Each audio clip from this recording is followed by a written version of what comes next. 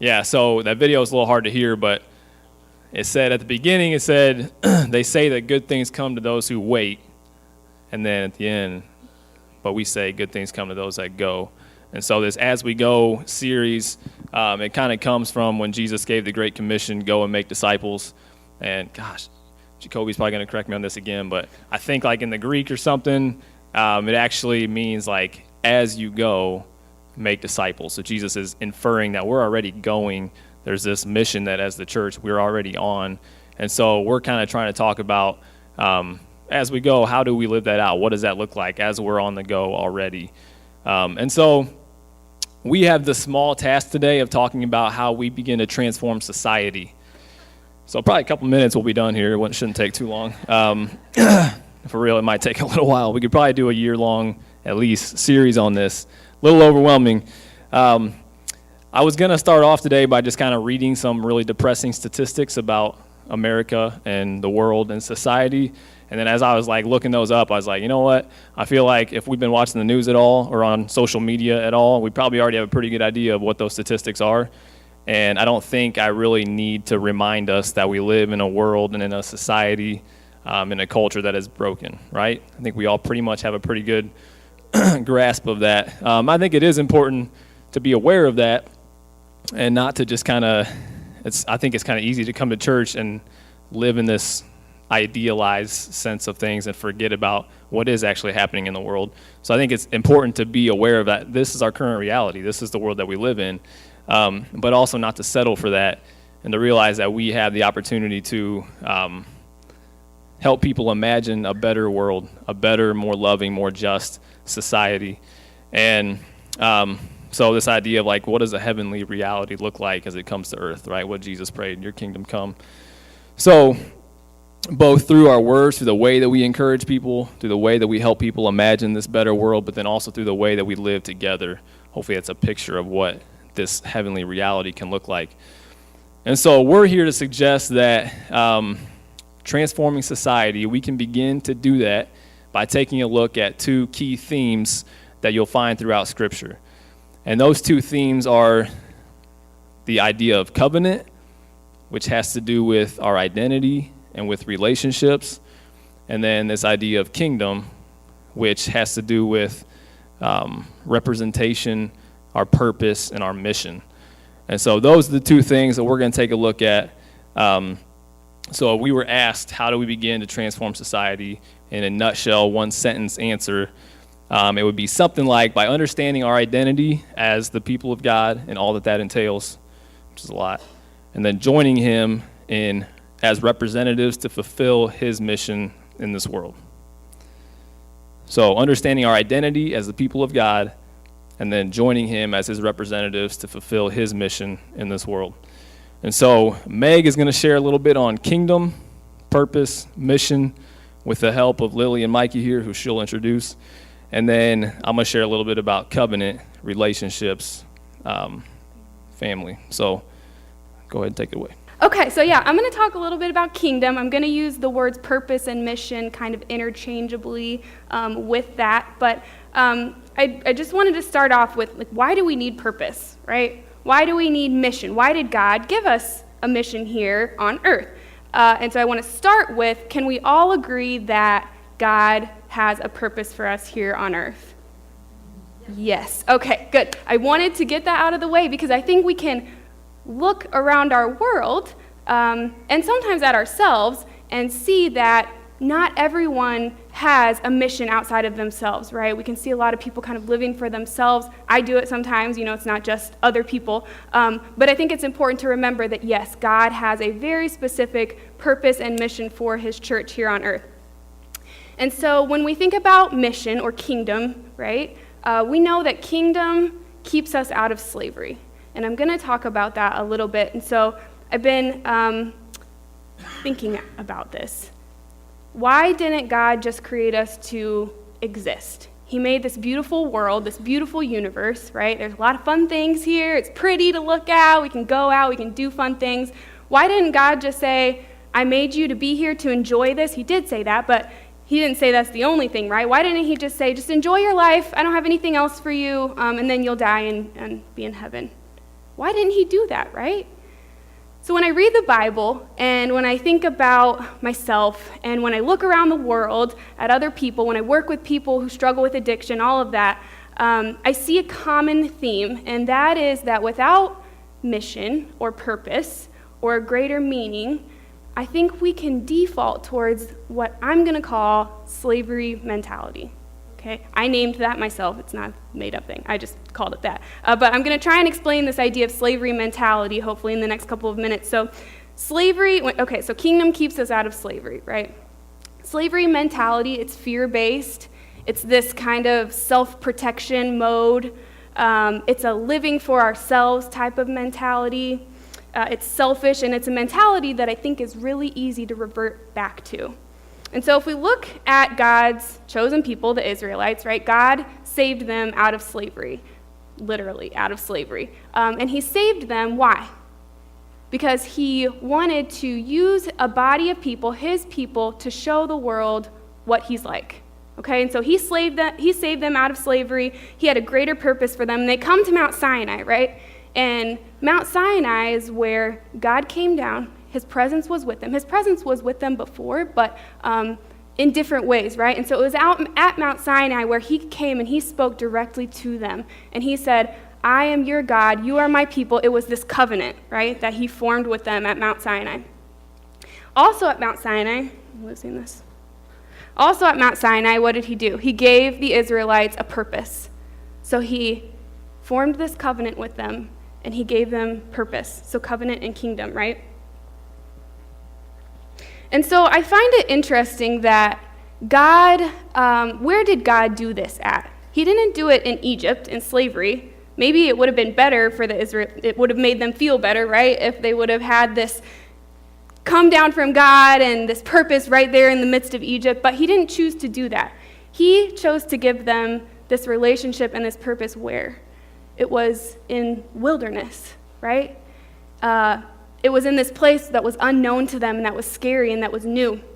And I honestly think, when I think back about my own life, when I see in the lives of others, that wilderness is where God gives us purpose. When we are in wilderness, when we are in these scary places, these unknown places, that God speaks the most. And that's been my experience. Maybe it's not everyone's experience, but I think that he does. And so when the Israelites were in this wilderness, they had a choice, right? They could choose to step into what God had for them. They could choose to trust God, or they could go back to slavery, right? So they had this choice. I think that we've all had wildernesses in our lives, right? And aren't they the worst? Where we come to this place where we have to give up control. It's scary, it's unknown. I'm going to tell you a little bit about a wilderness experience that I had one time.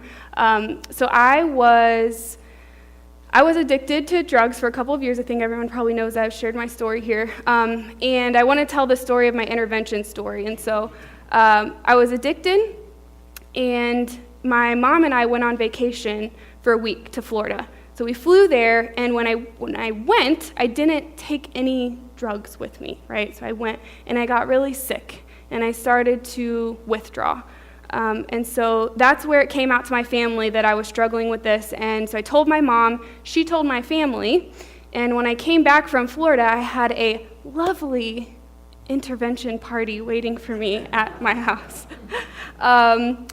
And it was, I just like to call it one of the worst days of my life. It was really bad. I came home, they had found like my paraphernalia and stuff, and they set it on the table, and then they had baby pictures of me and like kids from when I was a child sitting next to that, and they said, look at what you have become, look at where you were and look at where you are now.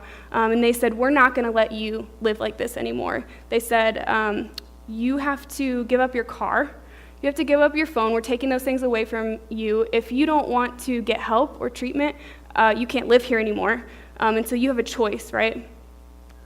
I was at rock bottom, and I had a choice, right? I could have stepped forward into what God, because God was at work there, right? I could have stepped forward into what he had for me in that moment, or I could have gone back to my addiction. And I wanted to go back, right? I wanted to go back to what was easy, as sad as it is, to what I knew, to what was safe to me. So I think it was the same for the Israelites, right? They were in this wilderness, in this vulnerable, low place, but that is where God chose to start working and I shouldn't say start working, but that's where he chose to really reveal their purpose to them.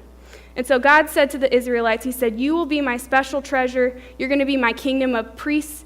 You're going to be my holy nation. What does it mean to be holy, right? It's set apart. It's other than. So he's basically saying, look, you're going to be my people that are going to be set apart from everyone else in this world. People are going to see you, and they're going to know who you are because you're my people. And they're going to be drawn to you like they're drawn to a special treasure, right?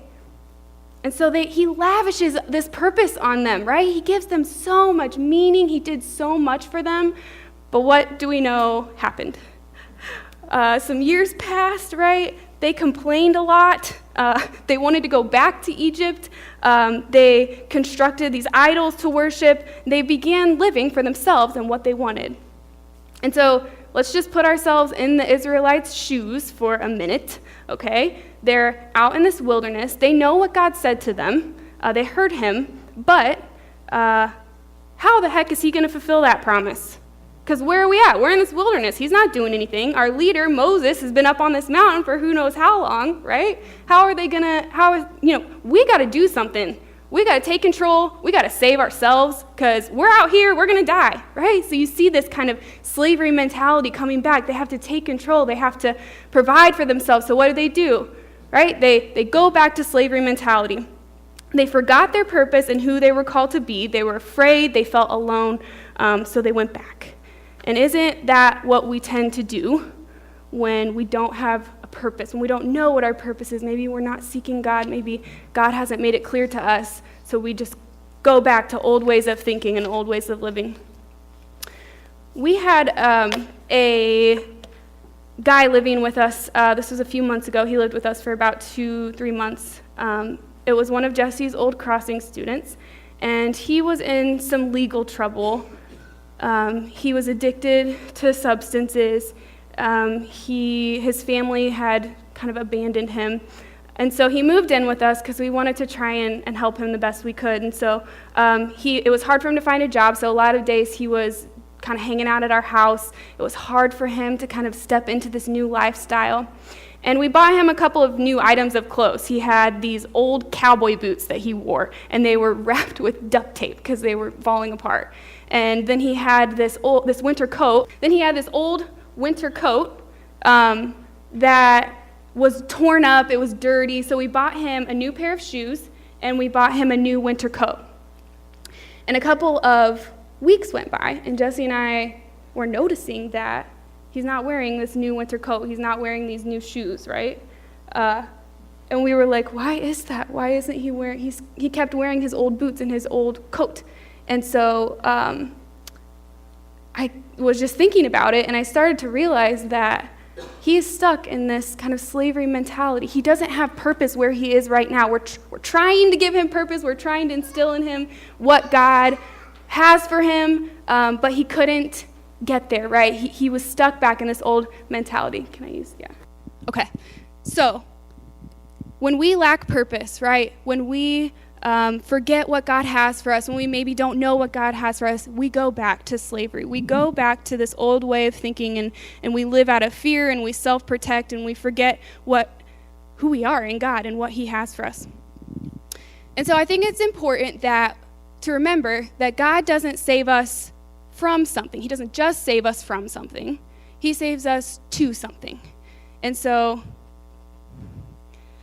I need your help.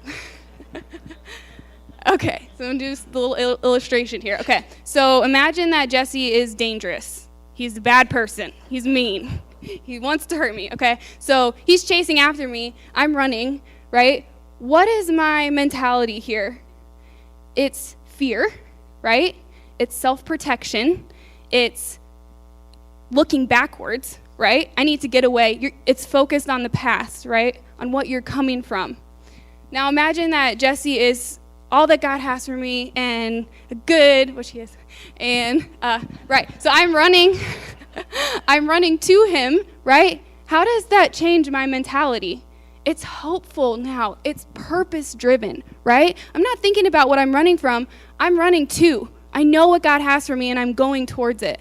Okay, so I think it's important that we remember that it's not just about what God is saving us from. What is he saving us to? Because without the from, we can't have the to. We need both. And guess what? God gives us both of those things.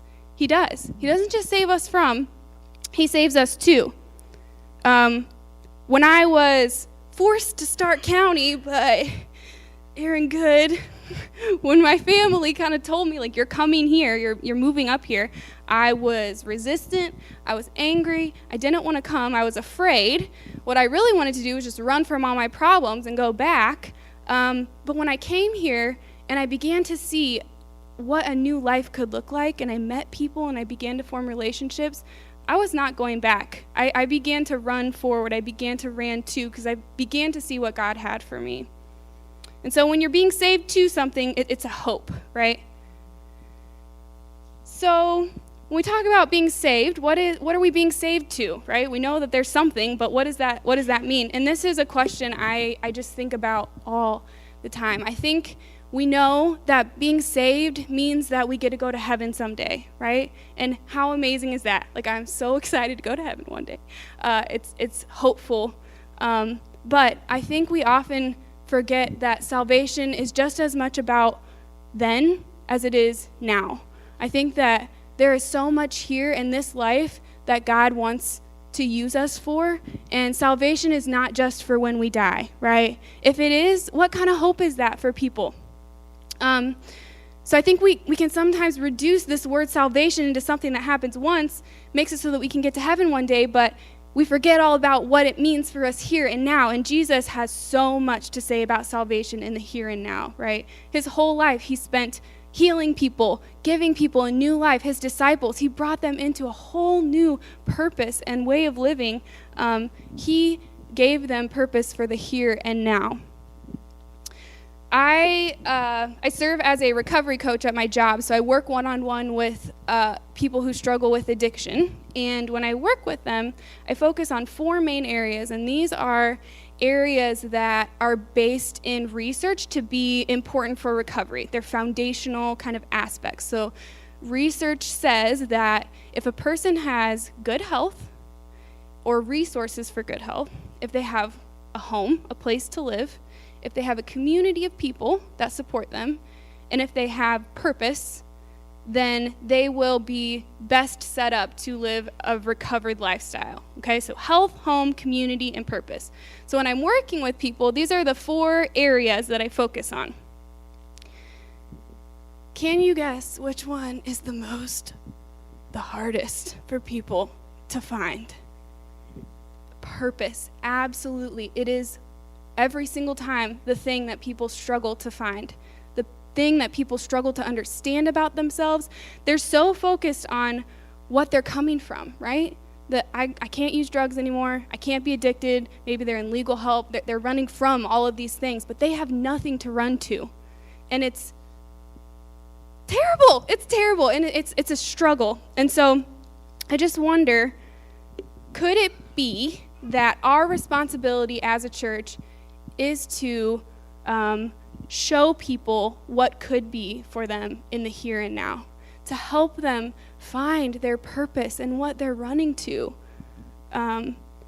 show them what a life lived with God looks like in the here and now. I think that is our purpose here on earth. This is not just for people who struggle with addiction. This is for the widow who just lost her husband. This is for the mom with 3 kids living in poverty, unable to provide for them, the person who struggled with addiction for 15 years despite having attempted recovery over and over again, the 21-year-old who's homeless, who's in legal trouble, whose family has all but abandoned him, and who it's probably better off for him to go to jail because at least he gets 3 meals a day and a bed to sleep in every day, you know? And these are all real situations that Jesse and I know about. And it's great that they have hope for later, for heaven, but they need hope here and now. They need something to run to now. And I think it's so important that we are the people that show them that. I think Christianity has done a great job of giving people things to lay down, to surrender. I think we have to do that. We have to lay things down to God at the cross. We have to surrender. But I don't know how good of a job we've done giving people things to pick up and run with. And so I think it's our job, really, to begin to show people, help people discover what their purpose is. So I want to bring up my friends Lily and Mikey. So Lily has gone to English Lake for a while now, and sorry, it's okay. And Mikey is, I actually just met Mikey a couple weeks ago, but God is doing some pretty, do you want to sit down? God is doing some pretty amazing things in their lives, and we really wanted them to share that with you all. So this is going to be kind of interview style. I'm just going to ask them some questions. Lily has her answers. She thought about all her answers and typed them up, so she's going to read them. So we'll start with Lily. So Lily, tell us about what you have been saved from. Okay, I've been saved from a lot of things since I was 13. The most recent and the hardest thing I've been saved from was my 8-year relationship with my boyfriend. I was with him from high school until last December, and he was extremely emotionally and narcissistically abusive and worked really hard to control me by breaking down my self-worth to the point of me feeling completely worthless. During the last 2 years of our relationship, I began getting sick because of it, and it progressed to the point of me throwing up every morning for hours. I couldn't eat. I lost 80 pounds, and I was in severe pain, to the point where I could barely get out of bed. It got so bad that I had to leave my job because I could hardly stay because of the pain. Although I took care of everything at home and every meal, and I catered to everything, I told him I was his slave.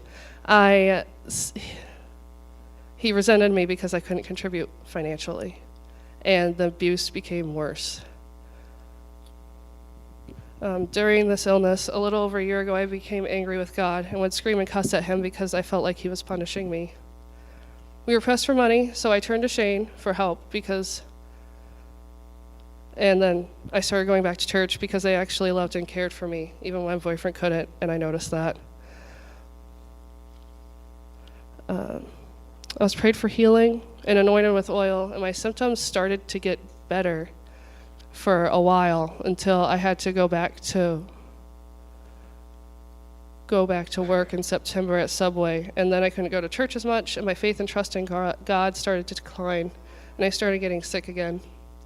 I had trouble keeping that faith without church until I went to the women's retreat last October. We ended up praying for gifts of the Spirit, and the only thing I ended up praying for was faith, and after that, it finally stuck. The theme of it was, even though, ... yet I will praise him. And at the end, we had to write on a testimony card. Mine, I wrote, although I got sick and the plans for my life seemed completely unattainable, I will rely on Jesus to make my plans for me from now on. I chose Jesus that day, and after that, my relationship with my boyfriend started to fall apart more each day, to the point where he was doing things he knew I didn't approve of and was lying to me about it. I confronted him with truth and evidence, and that resulted in him trying to break my things and got physically violent to the point where I had to go to the hospital to make sure my ribs weren't broken. I left that day, and I called Erin Good and told her I couldn't do it anymore and to get me out and I would go anywhere. He ended up leaving for a few days for Christmas, and I got my stuff together and left, hopping around people's houses for a couple weeks until I found a home with Dave and Ellie. After I left him, my illness went completely away, and I hadn't realized it was caused by the stress of that.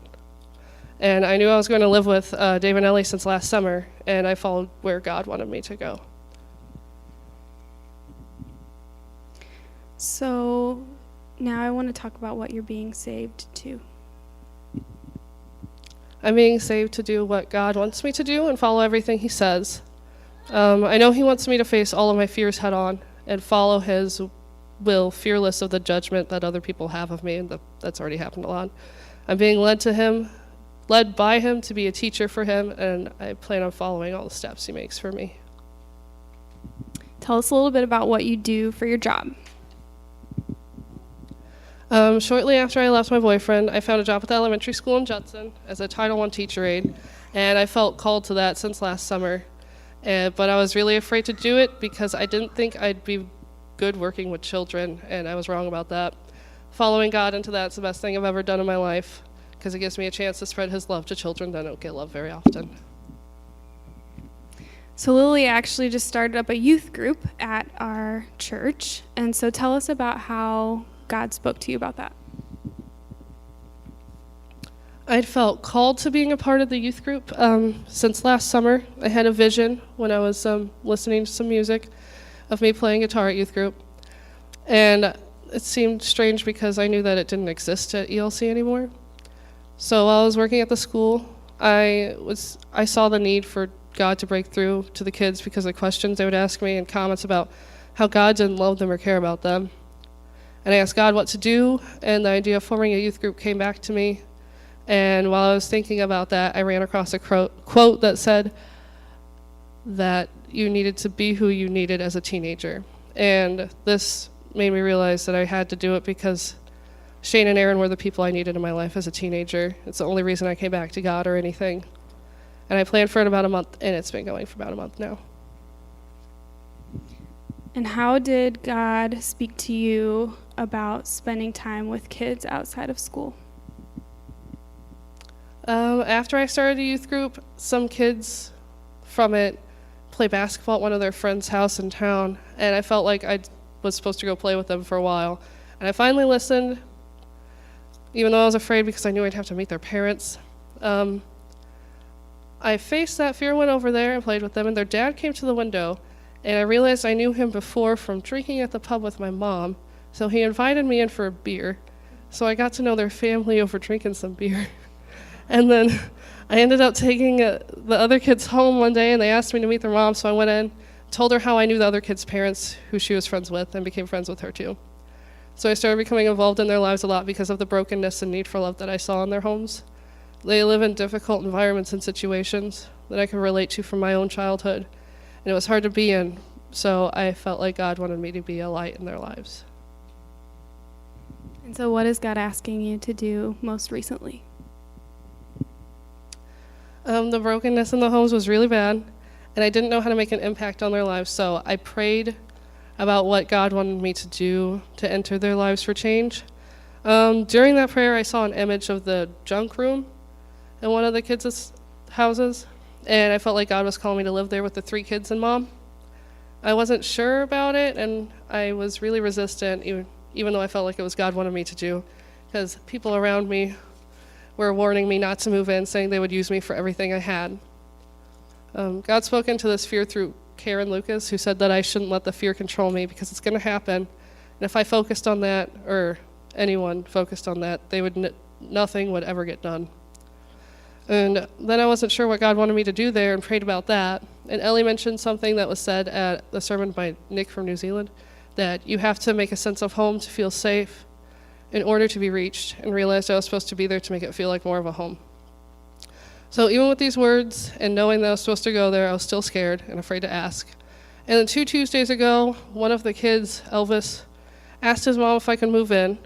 If we clean out the junk room, I paid $100 a month, and just everything I'd been thinking about and never told him, he asked his mom. And she said, sure. So we've been cleaning up their house, and I've been working on moving it in the past couple weeks. Crazy, right? Yeah, give her a round of applause. So Lily is such a testimony to God saving from and giving to, right? She's running full force towards what God is calling her to do, and I'm excited to see really what happens. It's pretty amazing. So Lily, how do you know Mikey? Mikey lived with Elvis's family last year, and he was brought into my life through Elvis. He's one of the best influences that Elvis has in his life, and I'm really glad God brought him into mine. He's been helping clean up, and I know he's going to be a huge part of helping heal the families. Hi, Mikey. How old are you? I'm 18 And where do you live? in North Judson. Tell us a little bit about your story. All right. So I grew up in North Judson with one sibling. She's my sister, and she's 1 year younger than me. We have been very close for about 14 years, and then things started to fall apart with our family. Me and my dad had some family issues. He had cheated on my mom, so me, my mom, and my sister moved to Crown Point. And ever since then, me and my dad haven't been really getting along very well. And I had a rough time in school because I was getting bullied because I'm one of the only black kids in North Judson, and so I get called racist terms sometimes. And I've had other good family support, and my sister actually brought me to church last year, but I recently stopped going because I had to get my life together. And what are you doing to get your life together? I am since I'm 18, I'm working on getting my license and my GED because I dropped out of school because of the bullying, and I was a year behind on graduating. So now I'm going to get my GED in Knox. So how has Lily impacted your life? Lily is like a big sister to me. She has brought me back to church and bringing me closer to God once again. And I really appreciate everything that she's doing for me and my step family. Thank you. Thanks for sharing.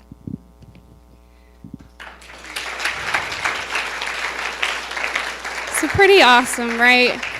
It's just such a cool testimony of God saving from and to for both Lily and for Mikey. I know that God is at work there, so if you think about them, pray for them, because they're doing awesome things. And so thanks, guys, for sharing with us.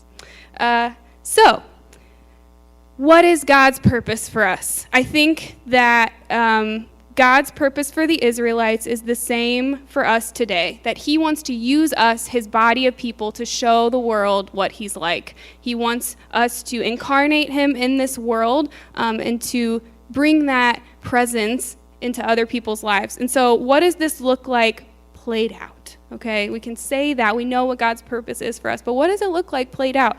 This is a great example right there. But I found a definition in one of the discipling culture books that all the English people make us read. And it says, the purpose of a family on mission is to multiply the life of Jesus by reproducing ourselves into the lives of others so that they become disciples of Jesus, right? So we're multiplying ourselves into the lives of others. Our purpose is to incarnate, right? We might think that that's easy and fun, but I think that Jesus has a lot to say about that, and I don't think it's as easy or fun as we might think, right? It's hard. So when we think of God's kingdom, when we think of God, what do we want the most, right? We want a kingdom that can triumph, that's powerful, a kingdom that has the most resources, a kingdom that can kind of squash any opponent, any evil enemy. We want power and success, right? That's what my mind goes to when I think of, like, what kind of kingdom am I building here, right? But I think that is not what Jesus said. I think that God's kingdom is so other than. I think that when we think about kingdom mentality, it's this idea of sacrificial love. It's self-giving. It prefers the other over the self. It's unconditional love. It's lowering ourselves, right? It's kind of this different mentality. And so we look at the life of Jesus, and what did he say? He said, follow me. I'm the way, the truth, and the life. And then what did he do? He sacrificed himself. He gave himself for others, for all of us. And so he said, when you lose your life, you're going to find it. Not something we want to do, right? The least of these will be the greatest. And I've just been thinking about this over and over again, and I think that our mission is really to give ourselves away. It's to sacrifice ourselves for the sake of others. And I believe deep down in my heart that this is what is going to transform societies. I think that Lily is such an amazing example of this. She is going into the brokenness. She's giving up comfort. She's giving up luxury. She's going into these houses. She's giving up herself. She's giving herself. because I think that it goes against this fear-based mentality that we have, right? She talked about it. It was scary at first. And Karen Lucas heard from God on that one, right? She said, well, if you're afraid, that's just going to stop you from doing what other people, or what God needs you to do for other people. And I think that it's easy for us to get stuck in that, right? This fear-based mentality. But I think that God is asking us to kind of lay that down and walk into what he has for us.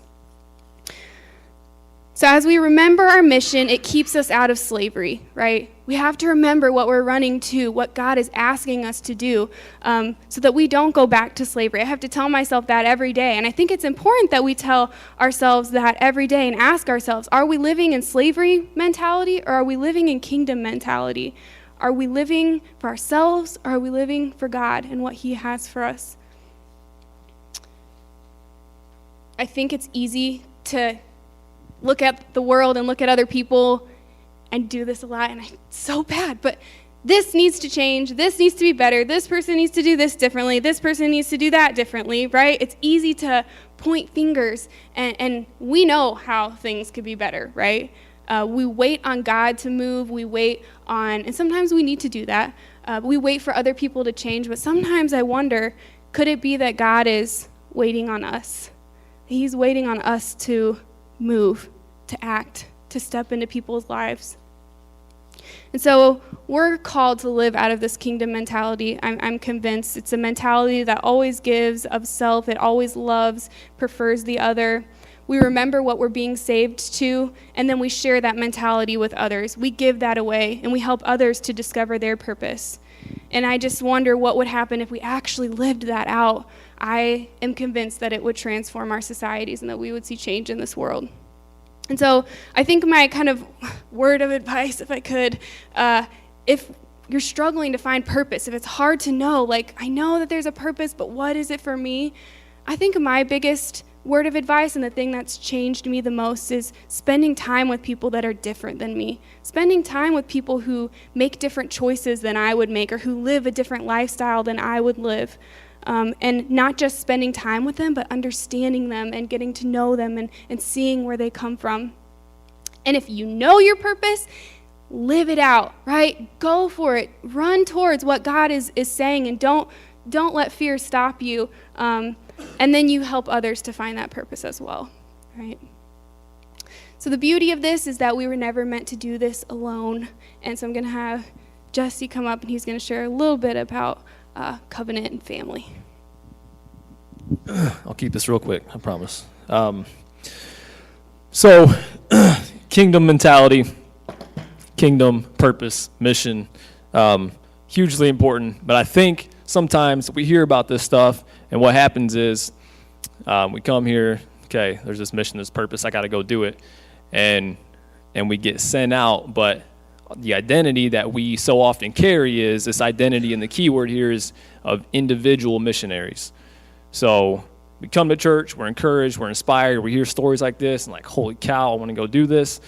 We go try it, and what ends up happening is we get sent out to our separate schools, neighborhoods, communities, workplaces, whatever, and we start to become a little overwhelmed, frustrated at times. It's scary, it can be awkward, and it can feel like we're doing this alone. And so I think in the church we've come to the place where I think we're starting to realize that we've got to start to think of ourselves as missionaries, because we're living in a post-Christian world and society where actually coming to church on Sunday mornings is not the norm really anymore. Where believing in God, calling yourself a Christian, really isn't the norm anymore. And so for us to sit back and wait for people to come to us, it's not really happening a whole lot. And I think people are starting to realize that. And so we've got to start to, like, what does it mean actually for us to think of ourselves as missionaries in the context that we're at? We need to go to them, right? So we're starting to grasp that, but then we still kind of carry this identity of individual missionaries. And as inspiring as it may be to know that God is actually already on mission, I think that identity is what still holds us back, and why we don't see the fruit and the results that we see when we read like the book of Acts. Like, why is this stuff not happening? There's a quote that I heard that says, it's not the church of God that has a mission in the world, but rather the God of mission that has a church in the world. So it's not the church of God with a mission. It's the God of mission that has a church in the world. And there's a difference there. So that difference is, if the God of mission has a church in the world, well, that means that that church's purpose is to serve with God in that mission, right? But when it's the church, I'm getting this confused. But when it's the church that has a mission, it's easy to be like, well, we're the church and we're here to serve ourselves, and we do a little mission on the side, right? But that's different. Like, no, God is mission, and he has a church for that purpose, and that's to serve with him in that mission, and that changes the whole ballgame. I think one of the reasons that we carry this identity so often of individual missionaries is because actually we may know that God is mission, but that's the identity that we give him. He's an individual on mission. Without realizing that, wait a second, God is Trinity, right? If anyone remembers last time I was here, I talked about that the whole time, all right? I think it's super critical and important that we realize at the core of who God is relationship. He's not an individual that has relationships. He is relationship in and of himself. So I talked about how he is this divine dance, this eternal flow of self-giving love. That's literally who God is at his core. So one thing that we see with Jesus at his baptism, which is kind of his commission into his ministry, is that he's being sent from a family to represent a family. He's not some individual that's coming to do an individual thing, but God at his very core and nature is community. He is family. And so it makes sense that when it comes to transforming societies, the primary vehicle that God desires to use to do that is family. From the very beginning, that's how it's always been. So you think of creation, Adam and Eve, and God's looking at creation and it's good, it's good, it's good. And the first thing that's not good is what? That man will be alone, right? Side note, I think that has a lot more to do than just marriage. It's not good to be single, right? Way more than that, because I know single people that could tell you they don't feel alone, and I know married people that probably tell you they do. So I think it's way bigger than just, I can't be single, I gotta be married. Now, it's the way that we relate to one another, but it's not good for us to be alone, right? So from the very beginning, there's Adam and Eve, and then you look at Abraham, and God says, through your family, all the nations of the earth are going to be blessed, right? And then we look at Jesus, who literally redefined what it means to be family. And the early church, who lived together in such a radical way that it was attractive to so many people, right? From the very beginning, family on mission is how God has chosen to transform societies and change the world. One of my biggest, I think, frustrations with the church sometimes, I'm talking fast, I'm out of breath, holy cow, I need to work out, is that we've lost this sense, I think, of what it actually means to live as family together. In the last 100 years or so in the West, we've bought into this Americanized way of operating as individuals or simply as nuclear families. And the results of that have been pretty disastrous. So people are busier and more stressed than ever. Loneliness and depression is rampant. And really, in a society where technology should keep us more connected, we're more disconnected than ever. And I think most people can probably attest to that. And so that's the reality. And when I look at Jesus, I think he has some pretty potent things to say about family. I just want to look at one of those real quick. I'm not going to have you turn there. You can if you want. Mark chapter 3, verse 20. I'm not going to read it for time's sake. But in a nutshell, the story is that Jesus is at someone's house. He's healing. He's casting out demons. He's doing what Jesus did. And there's this huge crowd that's gathered. And it says the crowd was so big that actually Jesus and the disciples couldn't even eat because there were so many people that needed him. And so this is close to the beginning of his ministry. I like to try to kind of picture sometimes what Jesus's family, his nuclear family, had to have thought about what was going on. And we get a little bit of insight into that in the story. So, like, Jesus up to age 30, we don't know a whole lot about him, but I'm assuming that he had to have lived somewhat of a normal life up to that point, and then all of a sudden his ministry begins, and there's just this radical, he's in the spotlight all the time, doing all these crazy things. And for some people that was great, but for other people, they hated it, right? And actually those people that hated it were those that had the most power, the political, the religious elite. So they hated what Jesus was doing, not just in his little town, but in the other towns surrounding that, right? And so I'm thinking, like, if you're Jesus' mom, Mary, and this is going on, everywhere that she goes, to the marketplace, to wherever, there's probably people telling her, look, you need to get control of your son. Like, he's out here causing riots and chaos and blaspheming, and he's breaking all these rules. And actually, the stuff that he's doing, the only way to describe that is that he must be possessed by a demon. That's what they say in the story. He's got to be possessed.